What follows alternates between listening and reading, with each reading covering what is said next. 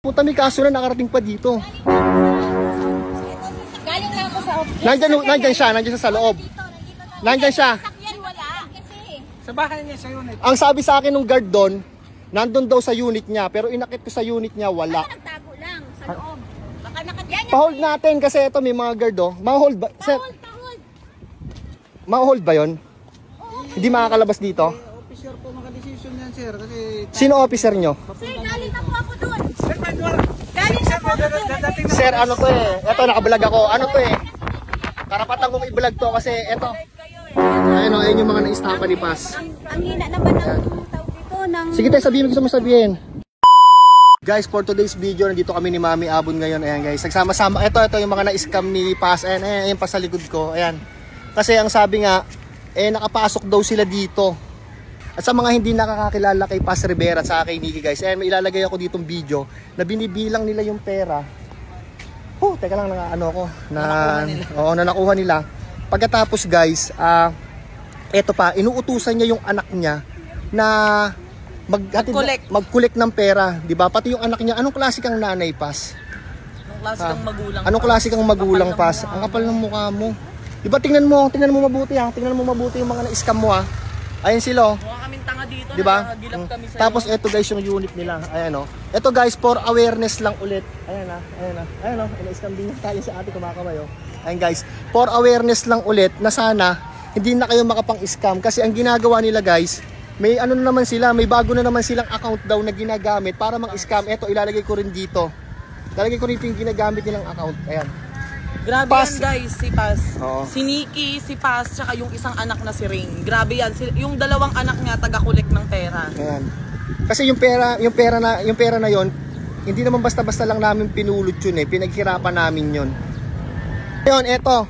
Paano ko ngayon lalabas ng bahay? Sige ha, papasikipin natin mundo mo. Paano ko ngayon lalabas ng bahay? Paano ka bibili? Paano magpe-face mask ka? 'Di ba? Hindi ka makakalabas ng bahay. Ngayon ako eto, nananawagan ako na sana kung may makakapanood ng video na to guys, na may magandang loob. Kasi tinataguan niya talaga kami. Hindi niya kayang harapin yung problema niya. 'Di ba? Hindi niya kayang harapin, hindi niya kayang gawa ng solusyon. Kahit man lang ba mag-sorry sa amin eh. Oo, 'di ba? Hindi tataguan niya kami, mukha kaming tanga dito. Yung simpleng sorry lang sapat na sa amin 'yon. 'Di ba? Ginawa niya kaming buong tiwala ko binigay ko sa iyo, Paz. Pati sa iyo, Nikki, alam mo 'yan. Kinukuya-kuya mo pa ako tapos ganito lang din pala gagawin mo sa amin. Isa pa yan guys, yung Nikki, tagagawa ng papers yan. Napakagaling yan. Napakagaling, no? Ilalabas ko rin ako sa totoo lang Ilalabas mo yung picture ha ni Nikki. Oo. Lahat ng ilalabas ko ditong video may approval nila. Alam mo, sa totoo lang hindi sila natatakot. Nakakalabas pa Oo, sila. kasi una pa lang alam nila na pagka ganitong nangyari, ilalabas ko yung video nila eh. Ibig sabihin, halang na yung kaluluwa ninyo. Hindi ba kayo naawa sa mga tao? Tingnan nyo.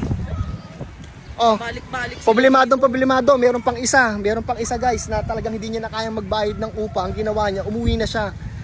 Puro babae, anak nun na 5, umuwi na siya ng probinsya. Dahil yung pera nila nakuha ninyo, kayong magnananay. Tingnan mo yung mga itsura ng mga in-scam ninyo ha. Tingnan yung itsura ng mga in-scam ninyo. Oh. Hindi pa yan, Ayan, oh. Kulang pa yan, ang dami namin. Kulang pa yan, wala pa yan. Ito, for awareness lang guys. Sana wala na silang maloko, sana wala nang kumagat sa mga sanlatira dito.